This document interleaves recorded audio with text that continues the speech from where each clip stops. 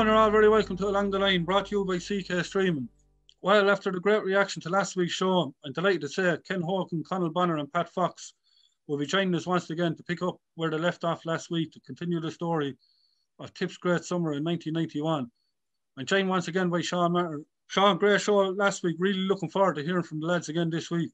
Yeah, really looking forward to hearing them again. It was a few great stories and new stories to me anyway, having not been around when the matches were on. But after hearing it, it made me go back and just listen to watch the Limerick and Cork game again, and just give me a whole new perspective after listening to the boys, and just made me understand it a bit more and enjoy it again a bit more after hearing their stories. Yeah, the reaction to the show has been phenomenal. No, I'm surprised now. It's good to see so many people reminiscing on golden years.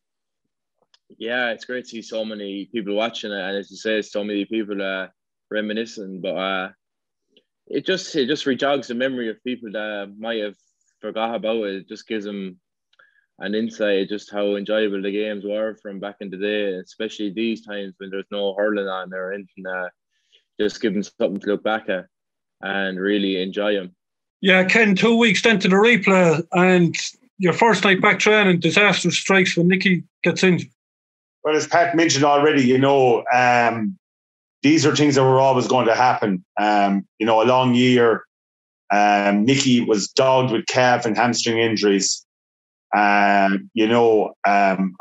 Pat, Cormac and Nicky, during the autumn of their career, Pat was at his absolute peak, but Nicky was just showing the worst for wear. But I think we knew at that stage that we had to be relentless in the way we prepared, that setbacks like that were going to happen, that we had people with ability on the bench to come in and to do a job for us, and like we had super subs like Aidan Ryan there, Mick Ryan who came on that match. We knew guys, young fellas on the block coming in.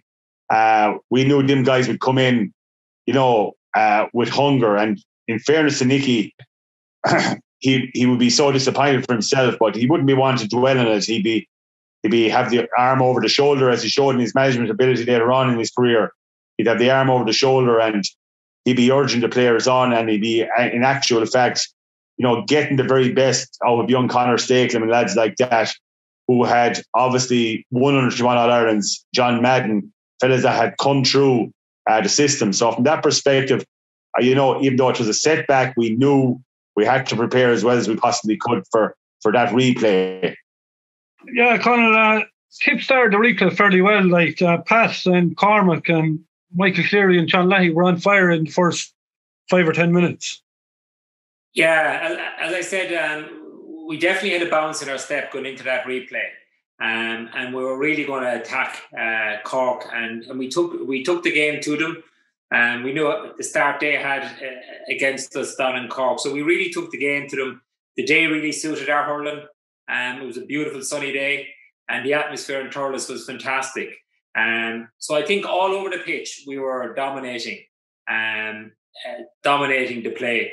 And we were getting the scores. And I think Cormac was on fire. I think he really had the measure of Richie Brown. And his link-up play, I think it was only a minute or two to go before he got his first score, but I think he was involved in nearly half our scores. It was one of his best displays ever. Fantastic to win the ball, fantastic to break the ball, and he was really throwing it around fantastic on that day as well. So, yeah, it really started well for us, but we couldn't be complacent, because I remember we started reasonably well in the 1990 Munster Final in Thurles, and then Cork came back at us. So we were far more mature, and we knew it was going to be the 70 minutes for sure. Yeah, Ken, Cork started to get on top. Jim Cashman with 2 long-range frees, and then the scourge of Tipp again. John Fitzgibbon gets in for another goal. Well, John can't claim much credit for that one now, because mea culpa, it's like the goalkeeping at the weekend. That was in my opinion, a blunder from my point of view. John was at close range, all right, but he didn't connect with it as well as he could. I was probably expecting a rocket, but it hopped in over my hurley that day, and we had started well, Tom. But as a goalkeeper, you've got to put your hand up when you know that you should have averted the danger. And that was disappointing. That goal to go in, and then Gerard Fitzgerald got a good goal, almost immediately afterwards. So from that perspective, that played in my mind, I can tell you, for the rest of the game. Yeah, Tony O'Sullivan was starting to cause havoc pass, and then Cork hit 1-5 without reply. But then, as I said, Big Bonnar got on the ball and gave a great ball to Michael Cleary to get a goal back, just to bring it back to a point again. Yeah, that's true, yeah. But just getting back to their forwards at the time, the Cork forwards, like they were really after improving, say, since 1990, after winning the All-Ireland, their confidence was very high. And like they never thought about going for a score. Like Tomas Mulcahy was used to be, you get the ball in the half foul, and they never think of shooting for a point. All they wanted was to go for goals, and it was very difficult for our backs, because they were very experienced forwards, and great goal getters, and their mindset was just on goals, and by God, they really put it up to us with their forward line. But then, just as you said, Cormac gave the ball to Michael Cleary, was it? You said. Yeah, if you look at it, as Cormac up front was, he was working his back off like he was for us.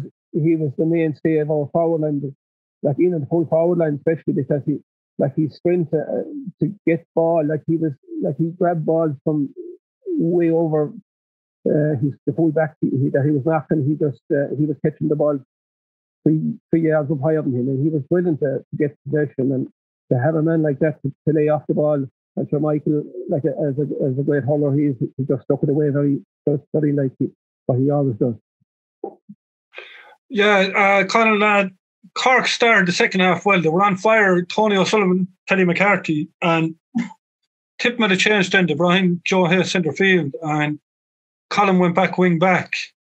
And I suppose that was one of the big changes for Tipp, was curtailing Tony O'Sullivan. Yeah, in fairness to Joe, when Joe came on, I think we were 7 points down. And look, Joe brought great energy into the middle of the field. Joe's a really tough competitor, and he's a great man to deliver a ball. So he brought an extra dimension there. And actually, Colin being swapped back wing back was more an accident than a tactic. Colin was in the middle of the field, and John Lahey was coming out, and so he pushed back wing back, and Johnny played in the middle of the field. And I think Johnny ended up wing back because at that stage Colin decided to stick with Tony O'Sullivan and keep going wherever Tony went. So I think Johnny even ended up in the half-back line that day. But Joe made a fantastic contribution in the middle of the field. He brought a real robustness there. I don't think Teddy McCarthy knew whether to put his hand up or not anymore, the way Joe tackled. And in fairness, Michael Cleary, I think, in the corner was another great move that day. The fact that Nicky was injured, and Michael, I think, ended up with 1-5. So Michael made a real contribution in the corner. It was a real fit for him on that day. And while Cork were on top for periods, and in particular probably when they went to 9 points up, we came back very quickly to keep us in the game. So there was always that little bit of belief there that we could keep going. Yeah, Ken, just as we were coming back into it, or just as Tipp were coming back into it, another sucker punch, Kevin Hennessy, as Conal said earlier on, don't know how he managed to turn for that goal. Yeah, sure. Kevin Hennessy, Pat mentioned the forward line already, and we're not even including Teddy McCarthy in that equation as well, who was also a magnificent forward. But he just turned in a sixpence, as the lads said, they had him covered, and the next thing was in the roof of the net. If I can recall, I still can recall looking up at the scoreboard. Correct me if I'm wrong, 3-13 to 1-9 for Cork. Also, we had a collision in the middle of the field. I think that led to obviously Colin coming back, wing back. I don't know, was it Paul Delaney and John Madden had the collision? Lads. Colin and Paul Delaney. Colin, was it? Yeah. Yeah, and that led to changes. Declan Card, it's a pity Declan's not with us because Declan was struggling in the middle of the field at that stage. And obviously Johnny coming to midfield, Declan went to wing forward, and huge change in the game. Obviously, Conal mentioned about Skippy moving to the corner. I remember Skippy still talks about himself and Shawnee O'Gorman. Skippy says, "You have it now, Shawnee," and Shawnee says, "Geez, have we, Skip? I don't know yet. They actually were conversing right throughout the game, and typical Skippy, he was cute enough to play the game with Shawnee, and ended up then, scoring unbelievable scores. But what a comeback from Tipp. The crowd were involved. Obviously, it wasn't an all-ticket affair, Tom. You've got to think of the fact that official attendances could be 55,000, but there could be over 60 in the stadium. So as you know, at that stage, when Tipp started to come back into the game, holes began to appear in fences at the Killinan end, and there was spectators from everywhere. So our extra man really was the crowd, and a few incidents during the game also had a big telling overall in the match. Yeah, I suppose we should nearly had him on another long ball in by Joe Hayes for you pass to get the flick in ahead of Gerard Cunningham. Yeah, also I was talking to Joe earlier on today, and Joe just said I shouldn't have been dropped for any of those matches. By the way, he said I should have been on all the time, and that's why Joe was pretty thick after coming on that day, and he was definitely going to show he's worked after coming on to that last 15 minutes, and he sure did. Yeah, the long ball he gave in, but Cunningham and Dennis Walsh kind of they were ahead of me. The ball had gone into the corner, and for Gerard Cunningham kind of hesitated to come out, and like who hesitates is lost, you know what I mean?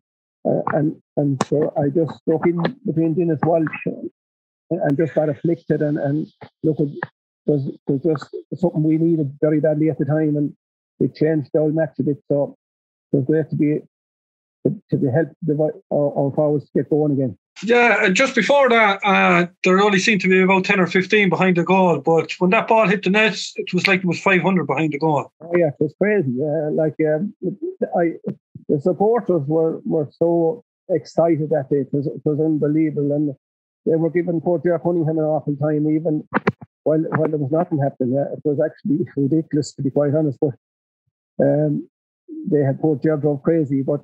Yeah, the support that we had that day, how they got into the field, I don't know. But look, they did help us generate a bit of momentum, and it was fantastic to have when you get a goal and you get pats in the back like that after getting it, was brilliant. Yeah, I suppose kind of looking at that and the crowd coming in, I was actually in the new stand with my parents, and John Leamy, who was the sub-keeper in 89, he was sitting beside us. Well, he came in to sit beside us, but his ticket, there was actually people sitting in his seat, and he had to move down, and we actually moved down as well, right behind the goal, where the old sideline seats were. So there was obviously a few people let in without tickets, but nothing that could be done. It was a great help to Tipp at that stage. Look, the crowd was enormous, and in particular, I think even when we got when we went to 9 points down, we got 3 quick points. I think Michael Cleary hit over 270s. And actually, very quickly, there was a sense of belief and a sense of momentum coming. And I hit in a long free then, and Declan Carr connected on it over his head.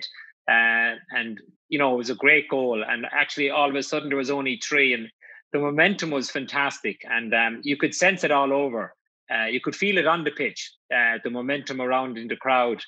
And we got the goal, or Pat got that goal to bring us back level. And even at that stage, or even when we were 3 points down, you really got a sense that the momentum was with us and that we were going to see it out. And I think straight away afterwards, Cormac got a point to go, 1 point up. And it became nip and tuck then for a little bit up and down the field. But look, we all remember when Aidan Ryan got the goal, and the crowd coming in, and Babs trying to shove them off the pitch, and the guy in the wheelchair being pushed around. You never saw an invasion like it. It was fantastic.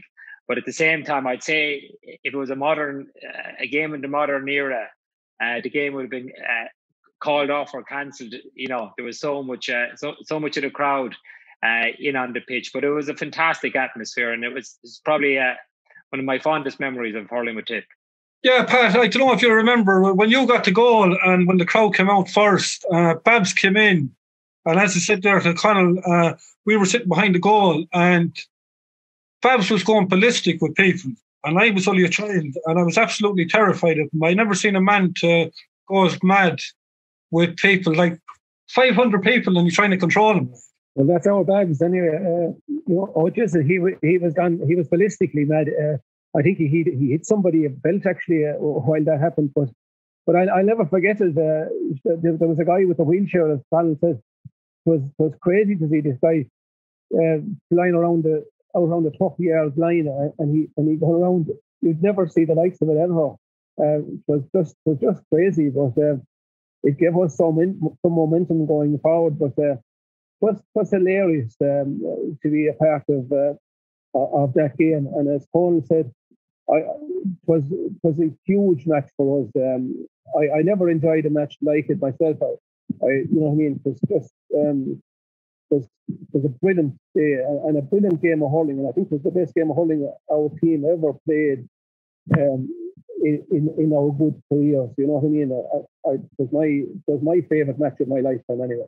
Yeah, Ken, after Declan Carr's goal and he went a pint up and they came back and it was nip and tuck. I think there was only a pint each in the next 10 minutes. Aidan Ryan and Pat Buckley of Cork, and eventually Tipp got 2 pints up. Cormac got his first pint of the day and Pat got another pint, but it looked like we had it, but Tomas Mulcahy very nearly stole the party. Yeah, look, there was always that danger. It was a hot day. The dust was flying around the square as it was in those times. The pitches weren't as manicured as they are now, Tom. And obviously full forward lines lived around the square. There was no such thing as a goalkeeper being on his own 40 yards away from goal. So it was always the danger, you know, we hit him with killer goals at the right time. But there was always the danger they'd come back. And of course, in that situation, the ball flew in around the square. Tomas, of course, got a flick onto it. I think I was on the ground. It hit off my hip. I dribbled right across onto the post. And I think either Colm or Conal, was it Colm? Colm, yeah. Colm. It was Colm. Colm came across, you know, the saviour on the day, but it was that close, you know. To say it's a game of inches, well, it was a game of millimetres that day because it was so close. But the cauldron that was Thurles that day, and the ball was really flying it. I think attack after attack, and I think Cork, as they did, you know, they broke our hearts in '84. They came with a late rally in '87. Thanks to Pat, we drew the game.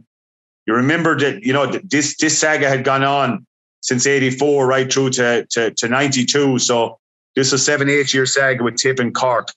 And I suppose from that perspective, by a whisker, we survived, Tom, you know.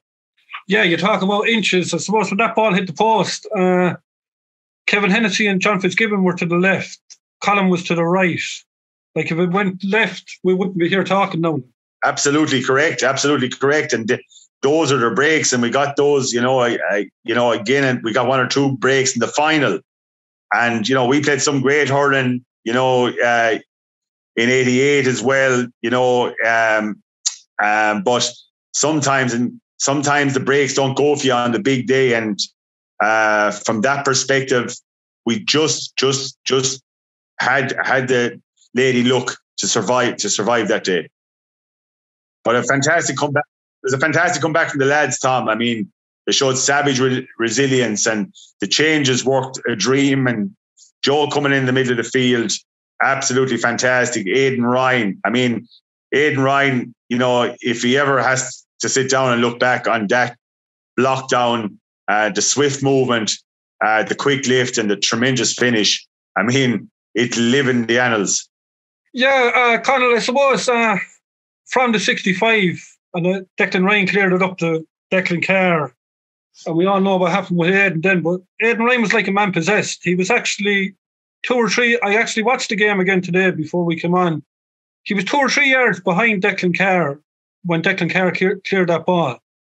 And he managed to get up and block down Shawnee O'Gorman and then Richard Brown. And we all know what happened after that. Yeah, look, I think as Ken said, look, it was a game of inches. He was reaching for every tackle. So he had to run nearly 10, 15 yards to try and just get in a tackle on Sean O'Gorman. And look, and in fairness, that was his work effort and his work rate. And the minute he got in that block, he simply wanted to get in a block on the next guy. I forget who was the cornerback who was trying to pull in the ball. And it just fell in front of him then. And he deserved it. Inspiration falls at the people who are working hard. And it just felt perfect for him. He deserved that opportunity. But he still had to finish it. And he still had to run on a bit and beat Ger Cunningham. And I'd say it's one of his best memories. It's certainly one of mine anyway. Yeah, it turned out to be one of Tipp's most famous goals. One of the most famous goals of all time, for that matter. But Pat, just after the goal, John Fitzgibbon comes down and hits another goal. So you couldn't believe that they were going to win it.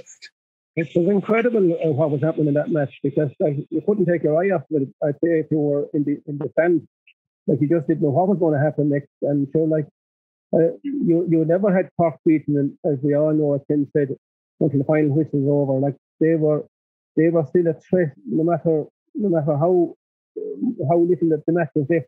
They could get goals, you know what I mean? And also with forwards like Fitzgibbon and Kevin Hennessy, you know what I mean, you would always have a chance in a match to get a couple of goals. So thank God we came out the right side of it at that time, and we got the victory. Yeah, the full-time whistle pass, I know the crowd in and that, but was a relief, or it was kind of a weird sort of an emotion at the end of it. That was very weird, yeah. Well, starting off without Nicky as well, it was a big task for us going in without Nicky, our main forward, and he's not there. To achieve what we achieved that day without him was fantastic. You know what I mean? But look, we were All Ireland champions in '89, and we were hard done by. We didn't expect Cork to beat us in 1990, and I think we were a better team, which were Cork were as well, but we were a lot better team in '91, and we knew we were capable of beating them, and thank God we did. You know what I mean? So because we got our just reward on that day.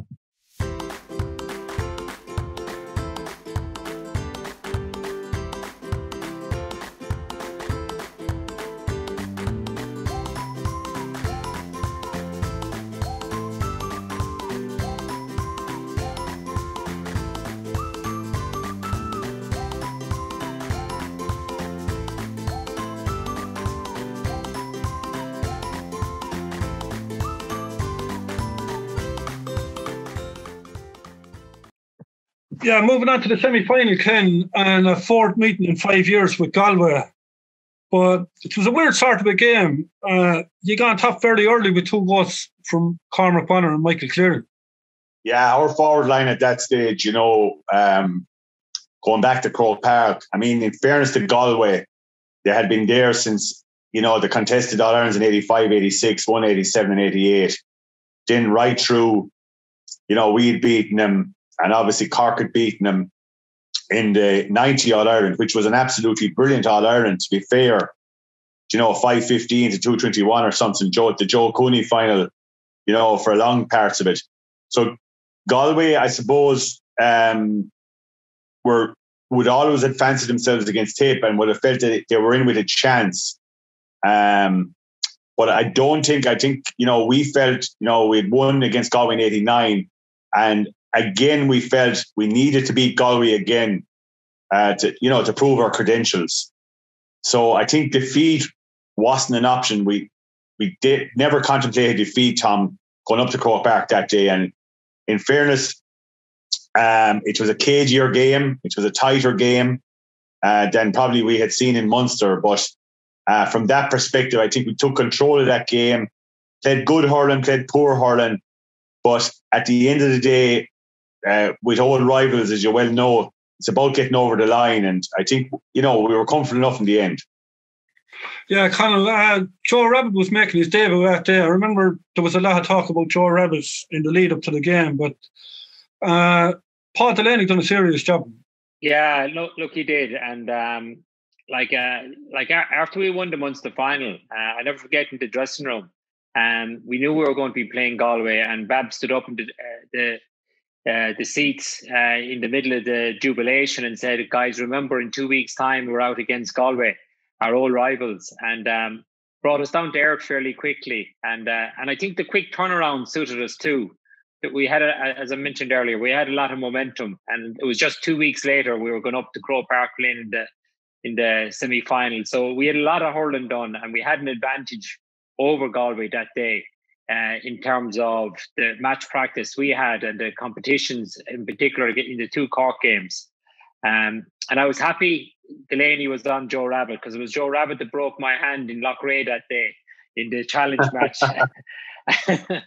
he was a fine, strong lad. So I was happy Delaney was going to be on him. And I must say, look, Delaney is as tough a competitor as you ever have. His hurling was fantastic. And Paul was really, really playing well that year. And in fairness, did a really, really good job. But I think overall, everyone on the team really played well that day. It was a real solid performance from the backs. Midfield was on top, and we really got a good start. So I think, as Ken said, it was probably the one game we played against Galway that the issue was never really in doubt. We were on top. We knew we were on top, and we were going to the All-Ireland, and we had to get over Galway, and that's what we did. Yeah, Pat, Hoffman McGrath got a goal just before half-time. It looked like it was going to give Galway a spark, but you set up Declan Ryan at the start of the second half. It was game over then, really, wasn't it? Yeah, as the lad said there, I think we took control of that match early on. You know what I mean? And the likes of Conal and them, our younger players were really coming to the fore at this stage. Johnny Leahy, Michael Cleary was on fire. It was I got a handy ball and I passed it out to Declan, and Declan put it away. But all through that match, we were in control. So the match that I really didn't get a hell of a lot to get involved that much in, because our half forwards were flying, and Michael Cleary was on song. To the match that I didn't really participate that well, and I was marking Sean Tracy the same day, and as good a player as I ever marked at that stage of my career, and I was glad that we got the easy victory, because I wouldn't like to be knocking Sean Tracy anymore. Yeah, I suppose one of the highlights of that game then was the performance of Conor Stakelum when he came in as a sub. Yeah, so Conor was showing a good form in training, and like you didn't get on that team at that stage if you weren't showing good form, and Conor was showing serious form, and like he was keeping us all on our toes to keep our places at the time, and you know what I mean. So well done on Conor at the stage. He was really coming about.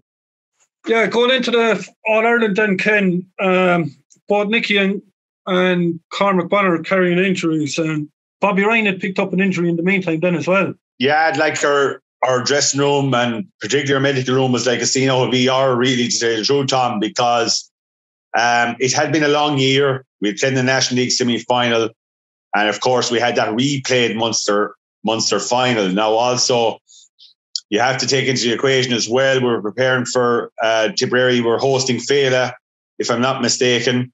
Lads, I think the Fela was on in Thurles as well. So there was a lot of permutations from the point of view of have training at different venues. Templemore being one of the main venues we trained in. And the injury crisis was worrying. And I suppose, in fairness to the lads, the manager and the backroom team, they had to be careful with us, because there was a chance we were going to go over the top very easily. And, it's like a racehorse. It's simple enough happen. So I think we trained pretty steadily up to that final without ever doing anything spectacular. We were taking it one session at a time. And more importantly, I suppose, we wanted a healthy group going into the final. But we were also very well aware of the fact that obviously Kilkenny, our old rivals, were playing us in the final. It was a huge opportunity for us to put the doubters to bed, to say, well, here we are now. Can we finish this job by beating the aristocrats of hurling, Kilkenny, and get our second All-Ireland medal. So from that perspective, there was a steely determination there, and I think our feet were firmly on the floor. That's the one thing about it. Our feet were firmly on the floor because we knew this wasn't going to be a pretty All-Ireland.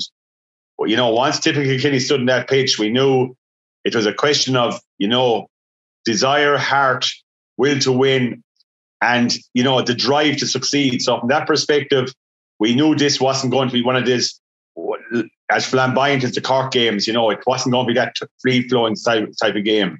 Yeah, Conal, did you enjoy the build-up to the final? Yeah, well, actually, this was a 4-week break, and it was the longest break we had between any of the matches. So I must say, yeah, like it was a good build-up, but it was very different than the Antrim one 2 years previous. We were playing Kilkenny.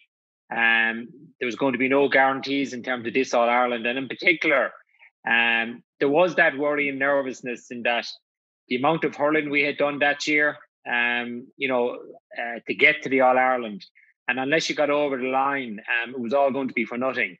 So there was a nervousness, and there was pressure on us all to be able to see it out, because if you didn't see it out at that stage, everything we had done up to that point would have been for nothing. So we were nervous.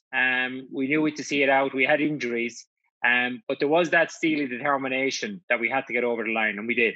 Yeah, Pat, with the two boys carrying the injuries, did you feel pressure to perform coming into the final? Well, look, you'd be under pressure to perform yourself at any stage, you know what I mean?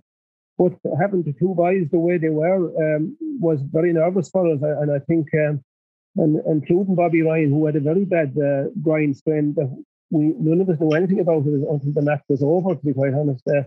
But look, as the boys were putting their necks on the line by playing, and to look at they wanted to be on that field as much as any of the rest of us, Cormac and Nicky, and it showed the heart that they had, that they were going to die to win another All-Ireland for Tipp. And but look, they gave it everything while they were able, you know what I mean? The two boys were like, Nicky won the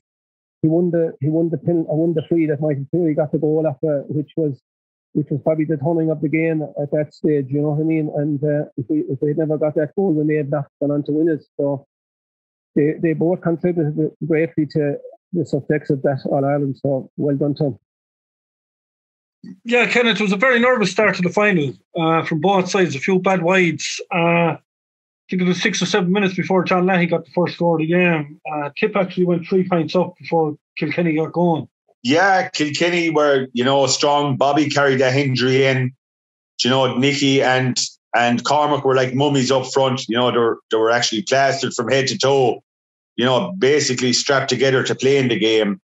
We felt we need to start with our strongest team, to make a statement, particularly against our rivals. So we knew we had good subs to come in. We knew we had guys to introduce. And I suppose from our perspective, it was about, staying the course of the game. The one thing I remember about that game was that Adrian Ronan was dropped for the final. And he was the go-to player. Kilkenny DJ, obviously, was playing. And again, as Conal mentioned before about Tony O'Sullivan, Colm had the onerous task of taking on DJ. But no better man than Colm, for the challenge. I remember early on in the game as well, Conal, you had a bad collision as well. You were down for quite a few minutes.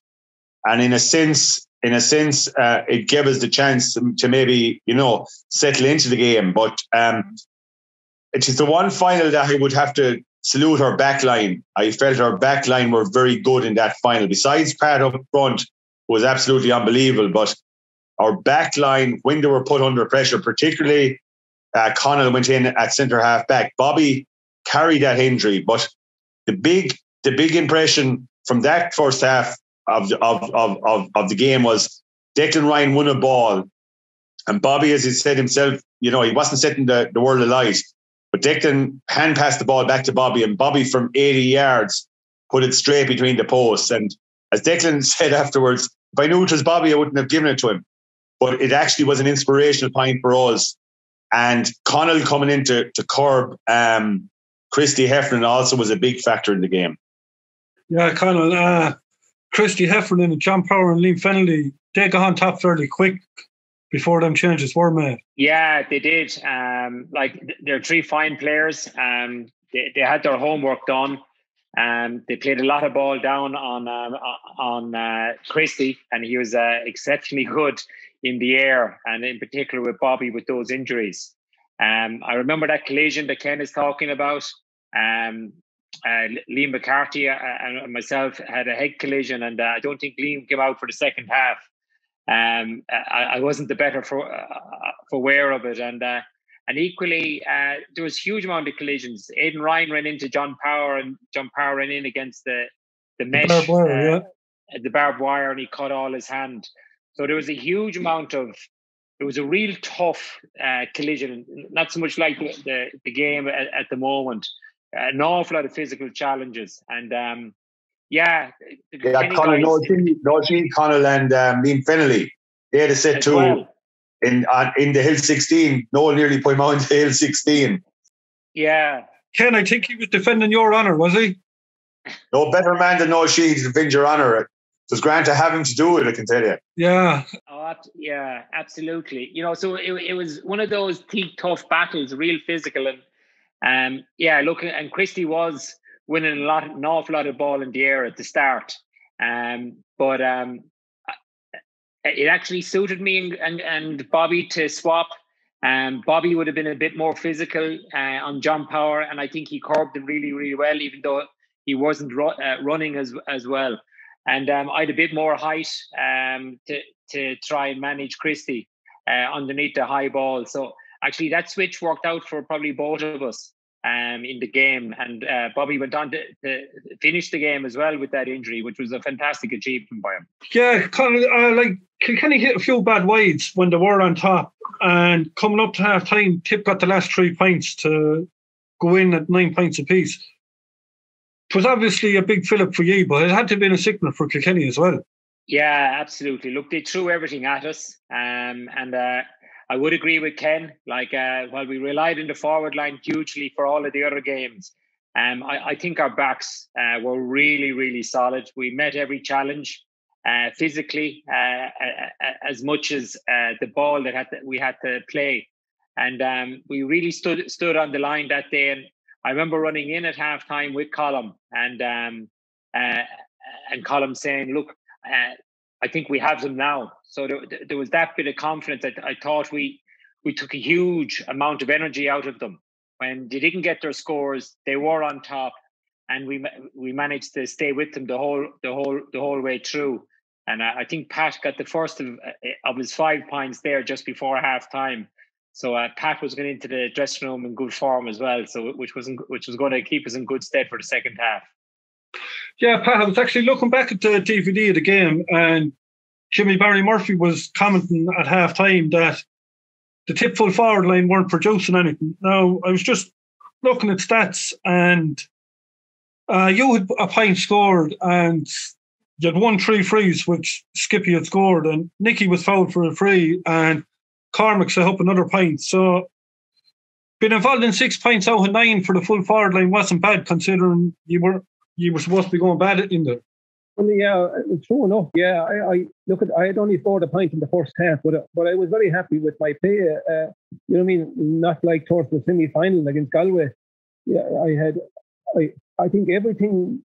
I got fouled, as you said a few times, that we got points, and I mean, every time there's a score coming after a foul that you get, you're quite happy that you're contributing to the game. You know what I mean? And I was thrilled, you know what I mean, coming up at half time, and especially to be coming up at half time and we level. It came very poorly. Like, it was very little ball had come up into the forwards. Our backs were under tremendous pressure, and as I said, was the backs as they really, and only for our backs that day we'd never have won the All Ireland. Especially Michael Ryan, Cornal, Bobby with his injury, you know, and Paul Delaney as usual, you know what I mean? So it seemed they were brilliant. And our midfield that was taking care, what a leader to have going into that final, the way he spoke to us all year, and it was fantastic. Yeah, and of course you got the first point of the second half then, and never lost the lead after that. Yeah, I did, yes, and nice to get a 4 straight away after half time, you know what I mean, and it settled me down. And once you'd have a couple of points scored, you can always feel that you could kick on, you know what I mean, and especially being our backs, we're beginning to deliver a lot better ball into the forward line at that stage, and they were getting on top. You know what I mean? It was a nervous type of the game, there was no doubt about it. It wasn't the epic that we had in the Munster finals, but it doesn't matter. As Paul said, we had to finish off the job and win the All Ireland, and that's what we done. Yeah, and then Ken Michael Cleary got the goal from the free. Yeah, Skippy got the goal. Nicky, obviously, at that stage, he was tiring it. Nicky was trying to make things happen. I suppose we'd have to, you know, in fairness to Nicky, he's one of the brainiest players around, and he won a great ball. He was always very smart in possession, and he forced Bill Hennessy into conceding a free.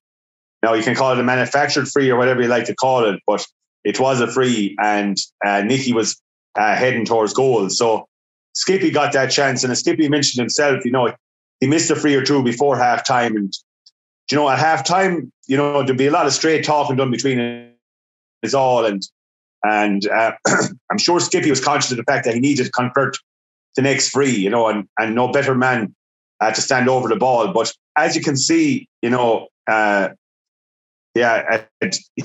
ball skewed off his hurley, or he put a spin on it, or whatever you'd like to say. But it went in between. When two people go for a ball, Tom, it's always there's a calamity awaiting. And Bill Hennessy and Michael Walsh's hurleys sort of clashed in mid-air, and the ball ended up in the net. But it gave us obviously a huge boost. But the funny thing about it is, later on in the game, and Conal and myself would have chatted over the years, we conceded a 21-yard free. Eamon Morrissey was going through, and Bobby, which was most unlike Bobby, do you remember that one, lads, where he kicked the hurley away? He was absolutely disgusted that it was a free. But Willie Hogan, God rest him, the referee, he brought the ball straight in front of the goals. And DJ had taken a 21 against us in Thurles in the league previous National League, and he just hit it. Nobody saw it. It hit the roof of the net. And obviously DJ was a young player at that stage, but I actually handed the ball to DJ, and it was the one bit of reverse psychology I ever did in my life. I just said to DJ, you've got to go for a goal. And DJ went back out, and we were in the goals, and he ran up to the ball, but he actually tapped it over the bar. And in a sense, it was the tale of the 221s, because with the power that DJ had, and as you saw in his later career, he had an unbelievable shot. So from that perspective, for us to get the break at one end and for DJ to take the point at the other, I think it meant a lot to us, you know, come the end of the match. Yeah, I suppose that cushion of the goal, Conal, was always there, but Kilkenny stuck in. There was never more than 3 points between them. Yeah, we weren't playing particularly well. We were a team trying not to lose as opposed to try and win, I think is the way we were playing. It was a very kind of defensive game. And in fairness to Kilkenny, they weren't a bad side. They went on to win 2 All-Irelands afterwards. So it was nip and tuck. We weren't getting enough of the ball to pull away. I think at this stage, Nicky and Cormac had to go off, and we had Donny and Conor on. You know, so we were finding the scores hard to get. DJ was still getting his frees. I think he scored 6 frees in the day for Kilkenny. So it was always going to be tight. But after we got the goal, I had a real sense that we would see the game out. Our backs were playing well.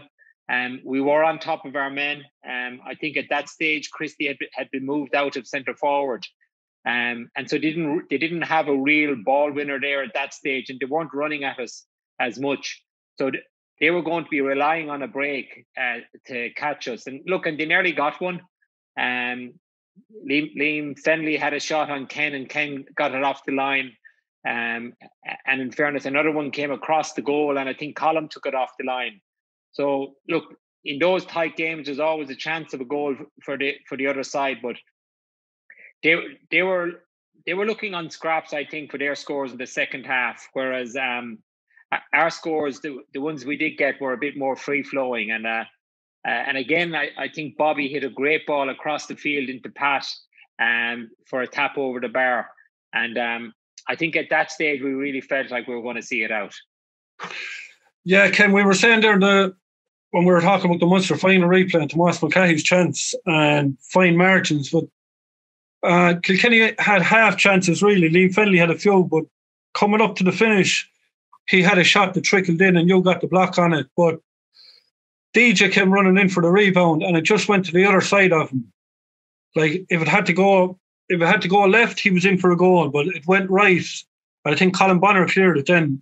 Yeah, Liam Fennelly was having an ongoing battle with Noel Sheehy, and Noel Sheehy was winning it quite convincingly. But the Fennellys are absolute opportunists, and the ball broke to Liam, and in actual fact, I suppose if you talk to Liam about it, he should have. It was a goal scoring opportunity without a doubt for Liam.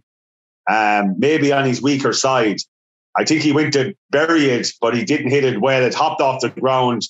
I parried it.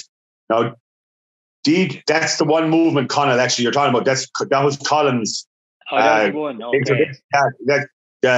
DJ went one way, the ball went the other way, and Colm was coming across, and Colm picked it up in full motion as he was coming through. So it was just a question of the ball where it broke at that stage, because Liam was quite at close range. But from our point of view, it broke the right way, and Colm took it away to safety. But yeah, Kilkenny, they're the masters of engineering opportunities, as we well know, and we've suffered, since then from that. But in hurling sport, games are never over, And from that perspective, we knew Kilkenny were going to come with an onslaught. They weren't going to die easily, our old rivals. So that's how All Irelands are won, Tom. Playing to the very end, and thankfully, and a marvellous intervention from Christy Stakelum, who intercepted the ball, off Liam Walsh's hurley, and a brilliant score from Pat to finish the game, to put us in a comfortable position of that famous 4 point, the insurance, as Michal, I heard you say, the insurance point, and it was just a fantastic feeling for us all. Yeah, Pat, it must have been great satisfaction getting that score, the insurance one. Yeah, definitely, yeah.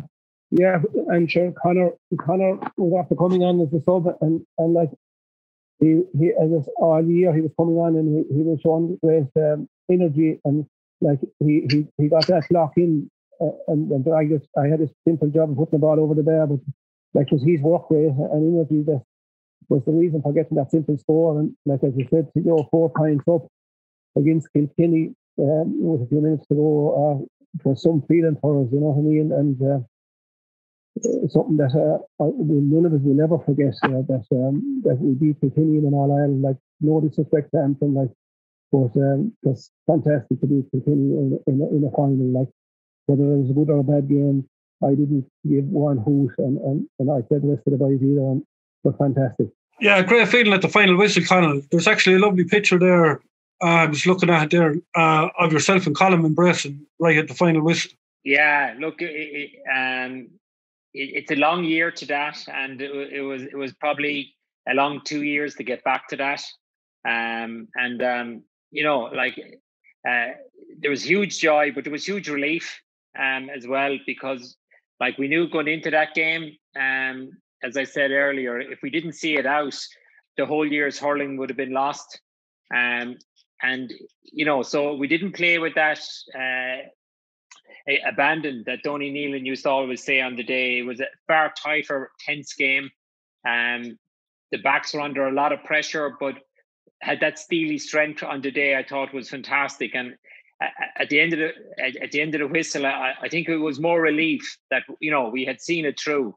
And it was just a fantastic experience. And look, and Pat, I know he's on the call there, but he had a fantastic day. But he said the night before he was going to have a fantastic day. I remember in the team we had a team meeting in a dressing room and or in the hotel, and we were all talking about, look, the ifs and buts of tomorrow. And towards the end of the meeting, Pat Fox got sick of it all, and he said, "Look, lads, all you do, just get the ball into me, and I'll win you the game." And then he said, "And if you don't put it into me, I come out and I get it myself." And I must say, I always remember it.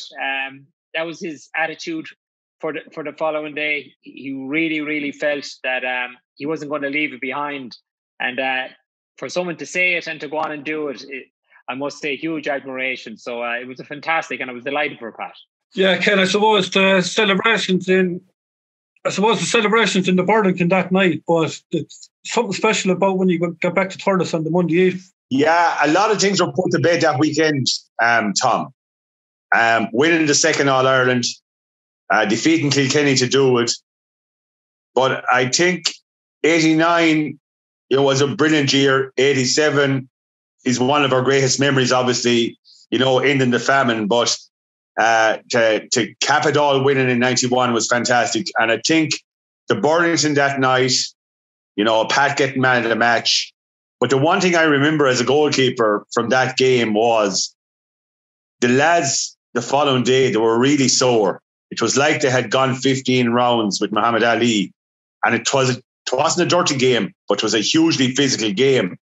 And that's how All Irelands are won, You've got to take the bells. You've got to put your bodies on the line.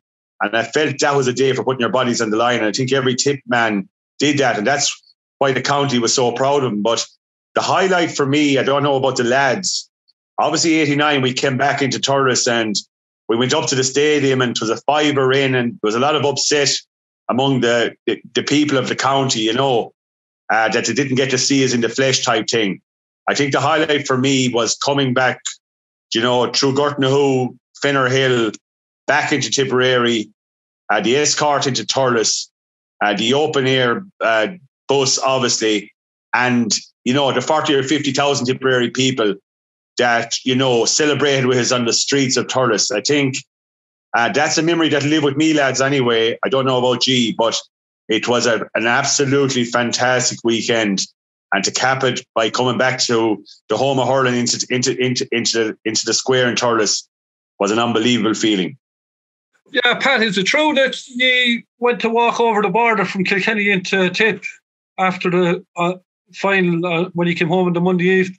We walked over the border. Well, we stopped there anyway in Urlingford, and there was a lot of Tipperary supporters there to meet us anyway, and I think we were nearly stopped by the supporters on the road. We had no choice only to get out of the bus and do a little walk anyway. So, which was a fantastic, as Ken said, was fantastic to get over the line and come back to the supporters we had. It's a great feeling to be back in Thurles with that cup. And as Ken said again, the crowd that was in the stadium and the enthusiasm from the supporters that they gave us, they shouted and sang all night inside the stadium, which was absolutely incredible. And it really was fantastic for the supporters and ourselves. And it's something that I don't think that team will ever forget. Yeah, Conal, just a memory I have from the All Ireland there. Remember that was the first year with sponsors on the jerseys and that, and them polo shirts that you wore. Now, I was in the Hogan stand with my parents, but I remember coming out onto the field and the chap that was beside us was actually wearing one of them. Now, I presume he must have known you, and we were out in the field and you swapped your jersey with him. And I was just about to ask you, and I remember walking down O'Connell Street, and he was walking down in front of us, and it was like a bull. But we met him again in Thurles on the Monday evening. Now, I presume you know the chap that you gave the jersey to. but the jersey was absolutely wringing in sweat, and I'd say there could have been cider and Guinness or God knows what else on it at that stage around 7 o'clock on the Monday evening. Yeah, that's back in the day when there wasn't the security that you have now. So that was my brother Elby, and he wanted to come into the dressing room after the match. So I said, look, put on my jersey, and I put on his polo shirt, and he walked into the dressing room with us afterwards. I forgot to ask it back, and so you're right. Whatever sweat that was on it after me, and there was an awful stink of it the following day. Anyway, and Ken there talking about fellas putting their bodies on the line. I always remember one collision where Colum met John Power with a shoulder. Now he gave away. It ended up in a free in, but John Power was soloing through in the second half, and Colum came out and met him with a shoulder. Fair and square on the chest, as we would say, and I think it nearly killed him. And John Power went off shortly afterwards, and it was real that type of game. It was as physical a game, and if you watch it again back on the television, the collisions were ferocious. And but it was a fantastic feeling, and it was fantastic to go down to Thurles. And I even met my wife that night on the Monday night in Thurles, so I had a lot to celebrate. She met you, Conal. She met me. Did you remember me? No. Yeah, I suppose the personal accolades and that came later on. Pat, you won the Hurler of the Year, obviously, and an All-Star. Colin, you managed to pick up an All-Star, but you had a great end of the year to it with Cashel as well. Yeah, look, it was an absolute fantastic year. Like our club had lost the county final in 1990, and we were out the following Sunday against Canolty in the West semi-final. So we didn't have a huge amount of time to celebrate, but actually Colum and Joe Hayes are very friendly. So myself, Colum and Joe went down to Tramore for a few days to get away from it all. And then we played each other the following Sunday in the West semi-final. So we were back into the thick of it, and it was week after week. And our own club had a point to prove, having lost the county final the previous year. And there was great support for our club in the West that year as well. So it was fantastic to go up and to lift the Dunbreen Cup as well in the same year. It was a great year. And then obviously going on to win Munster as well. Yeah. We went out in the Munster semi-final against the Clare Castle team, and after you win your first county final, you're not really focused on it. But we found ourselves in a Munster final against Middleton, and they had an awful lot of that 91 Cork team. Ger Fitzgerald, Kevin Hennessy, they were really, really strong. But we had Justin McCarthy, who was a Cork man who really wanted to put one over on the Cork people. He wasn't as recognised in his own county, and all year, he felt he had been supporting us. And the morning of that match, he says, "Today now ye owe me one," and he put fierce pressure on us to go out and perform in that Munster final against Middleton, and it was a fantastic game for us. And it was an enormous achievement for our club. Never having won a county final before, to be able to go on and win a Munster club title against, the John Fentons and a fantastic Middleton team. Yeah, Pat, just looking at the whole Babs era, say from 87 to 94, and a lot of people do say that Tipp team should have won more. Now, I personally don't think that's fair. Like, he won 5 Munsters, 2 All-Irelands, 2 leagues, and also contested 2 league finals. Like, you couldn't have really done much more, could you? It's hard to say, you know what I mean, really. Look, if you were to tell me when I was making a comeback around 27 that I'd win 2 league medals and 5 Munster finals and 2 All-Irelands, I'd have said you were off your complete head, you know what I mean? But look, what that was done for us when he took over the helm was just incredible. I can't say enough for Babs myself personally, because only for him, I really hadn't much interest in hurling. I had no interest in playing county hurling. I was after hurting my knee years prior to that, and I hadn't much interest in hurling in around '86. But we actually won the West Final with our club, and we were probably the worst team in the division. But we still managed to win a West Final, and it gave me a bit of a new lease of life. That I was actually playing in the backs at the time. But Babs brought me in and gave me a trial game, and I did reasonably well in a match against Limerick, right? And we went on to win a close encounter in a league match. And Babs asked me then what was my problem with my knee, and he had me in the Blacklock clinic the day after to see could I get it sorted out. You know what I mean? So I went under a slight operation, and they looked at it and they said the ligament is not in great shape. But I know Babs was talking to the surgeon, and he had no notion of getting my knee operated on him because he wanted me to play for the championship. So I said there's null and void really going for the operation anyway. So, but like for Babs, for what Babs done for me that time, I will never forget him. I will never be more grateful for what he done for me, because if he didn't, like there was other selectors and managers there prior to that, and they had no interest in me, and like Babs showed a bit of interest, and I said I'd reward him and put in a big effort, and Babs was massive for the team in general. He was a new lease of life. He was talking about holidays, and nobody was used to listening to about holidays if you won something, and he got a new thing going, and to look at we're very thankful for what he done for us.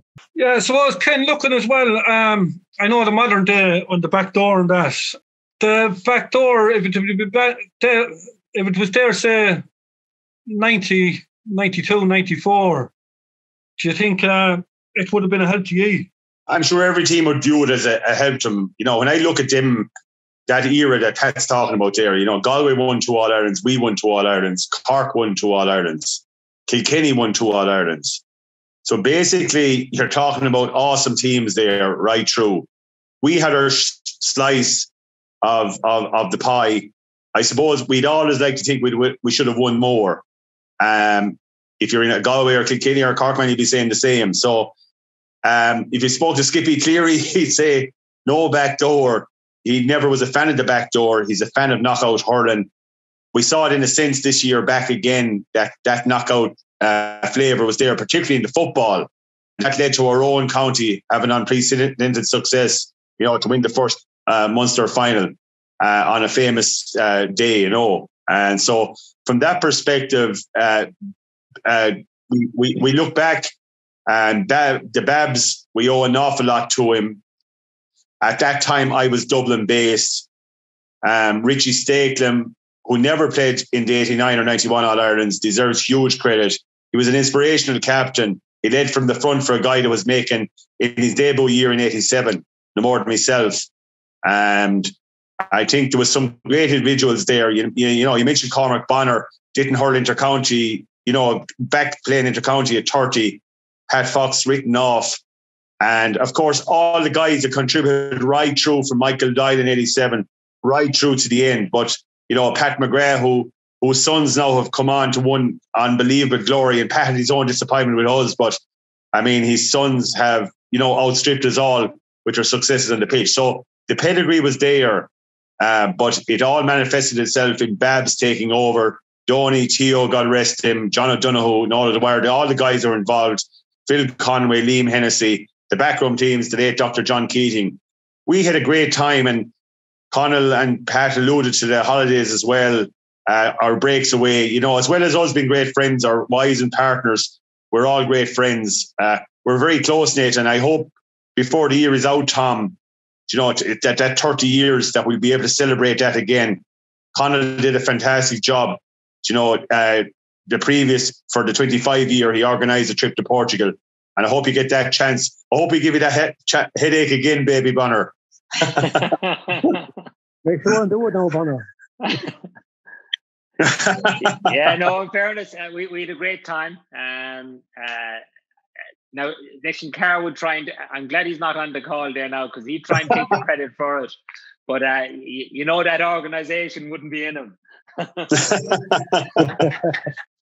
So, Conal, we can blame you for the hangover we had going into the All Ireland in 16, is it?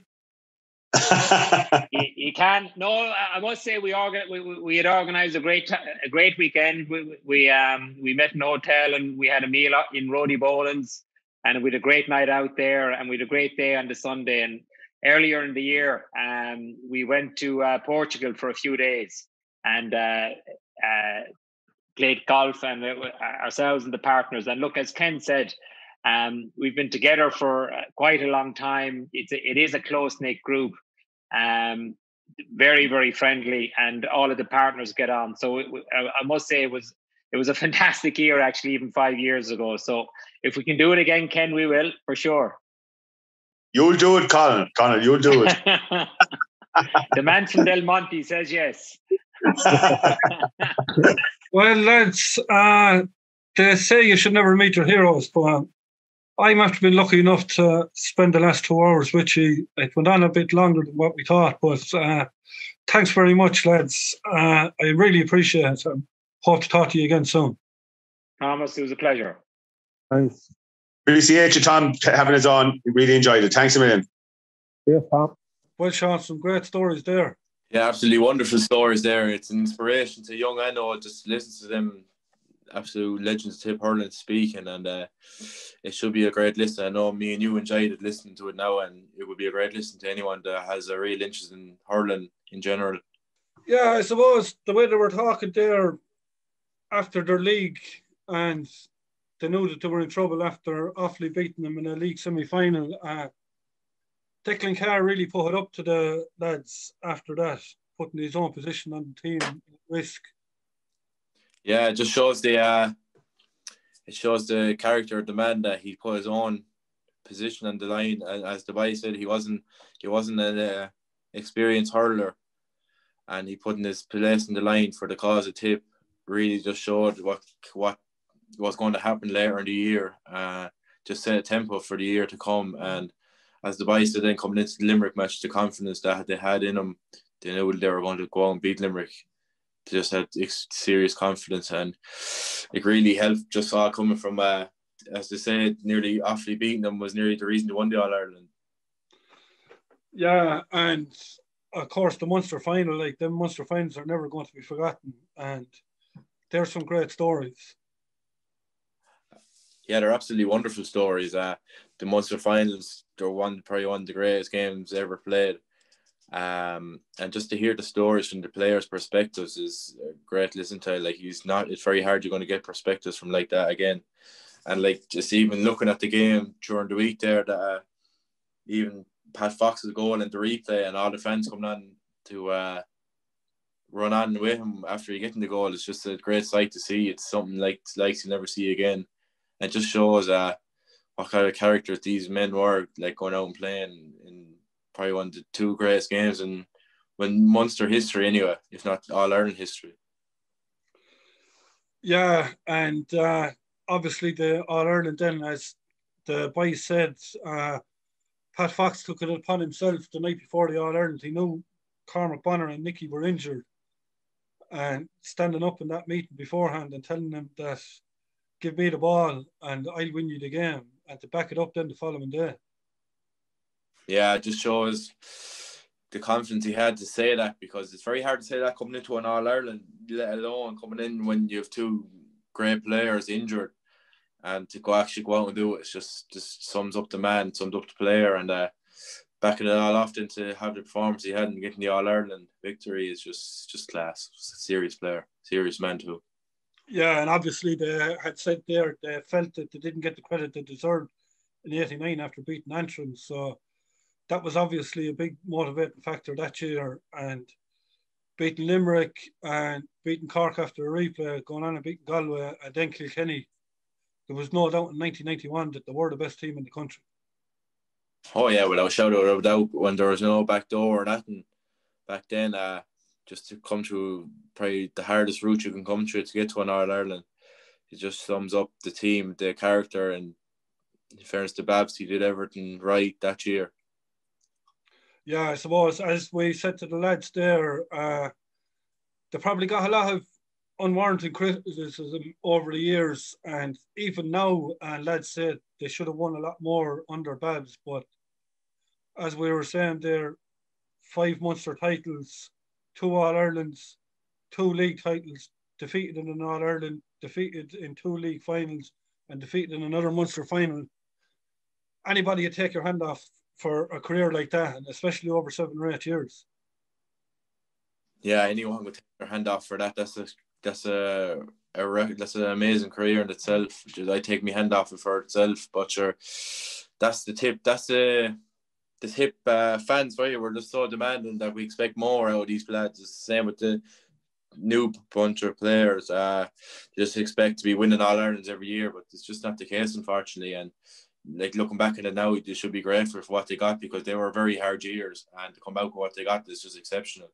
They gave the Tip supporters great over the great days out. So yeah, like as Ken said there, Galway won 2 All-Irelands in that time, Cork won 2, Tipp won 2, and Kilkenny won 2. So they were obviously hard fought, one, especially with no back door.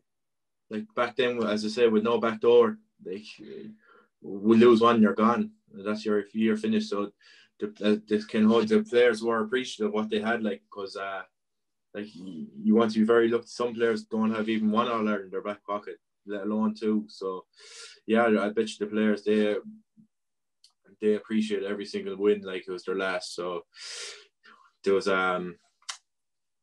they were very happy with their All-Ireland wins. Yeah, and like they were saying there, like if you look back at some of them teams back then, not only Tipp but other counties, like when you were beaten, you were gone. So a fella might have played 1 championship game, and he could have had a bad game, and that was the end of his inter-county career. He never came back after. Whereas now they have the chance to come back through a back door. Oh, absolutely, yeah. Or if God forbid, if a player back then they got a serious injury or anything, that was it, they was gone. And like they could have been great hurlers, but you only get 1 chance back then, and if you didn't take your chance, that was it. Then it was kind of game over situation. But if the backdoor system was in back then, I bet you Tip would have a lot more All-Irelands than they have now. But we still won't take for granted what we had. Yeah, I suppose if you look at it too, the likes of Kilkenny could say we'd have a lot more as well, especially like going as far as 94. Kilkenny got caught in the first round after winning 2 All-Irelands against Offaly. A backdoor could have been a huge thing for them as well. And Cork, of course, in 91 could have come back. The 2 best teams in the country in 1990 and 91 were probably Tipp and Cork. So there's no guarantee that Tipp would have won an All-Ireland in 91 if Cork was still there.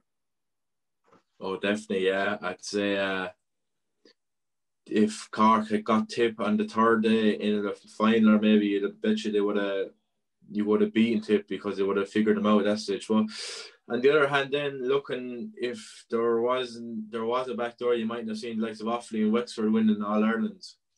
So that's the other side of it too. These smaller counties might not have got the break that they got. So there's the give and take with it. So we're just happy to see that it's in now, and I bet you the players back then were happy that they got the All-Irelands that they got, and they were wished the back doors in sooner, but sure, that's the guys with now as well. They will talk about 30 years later.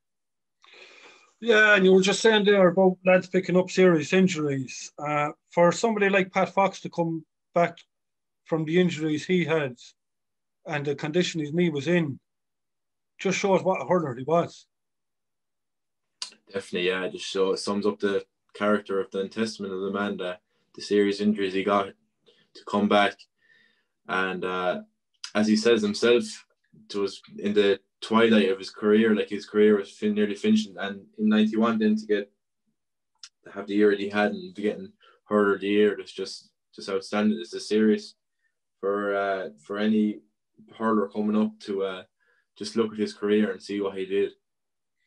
Yeah, and Conal Bonner, like Conal was great hurler, but his own brother Colin being put on Tony O'Sullivan in the Munster final to try and stop the damage that he was causing. But not only that, he was put on to a young DJ Carey in an All-Ireland final as well. DJ's first All-Ireland, and he stopped him from hurling as well that day.